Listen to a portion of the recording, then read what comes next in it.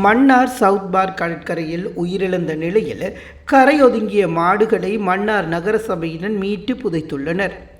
மன்னார் மாவட்டத்தில் ஏற்பட்ட புயல் மற்றும் மழை காரணமாக வெள்ளம் ஏற்பட்டது. இதனால் ஆயிரக்கணக்கான கால்நடைகள் உயிரிழந்தன. இந்த நிலையில் வெள்ளத்தில் அடித்துச் செல்லப்பட்ட ஒரு தொகுதி கால்நடை மாடுகள் கடலில் விடப்பட்ட நிலையில் குறித்த கால்நடைகள் உயிரிழந்த நிலையில் சவுத் பார் கடற்கரையில் நேற்றைய தினம் செவ்வாய்க்கிழமை மாலை கரையொதுங்கியது. இந்த நிலையில் அப்பகுதியில் பாரிய துர்நாற்றம் வீசிய நிலையில் குறித்த விடயம் மன்னார் நகரசபையினரின் கவனத்திற்கு கொண்டு செல்லப்பட்டது. மன்னார் நகரசபையின் தலைவர் டேனியல் வசந்த குறித்த பகுதிக்கு சென்று பார்வையிட்டதோடு நகரசபை பணியாளர்களின் உதவியுடன் கரையொதுங்கிய மாடுகளை மீட்டு கடற்கரை பகுதியில் பாரிய பள்ளம் தோண்டப்பட்டு உயிரிழந்த மாடுகள் புதைக்கப்பட்டன.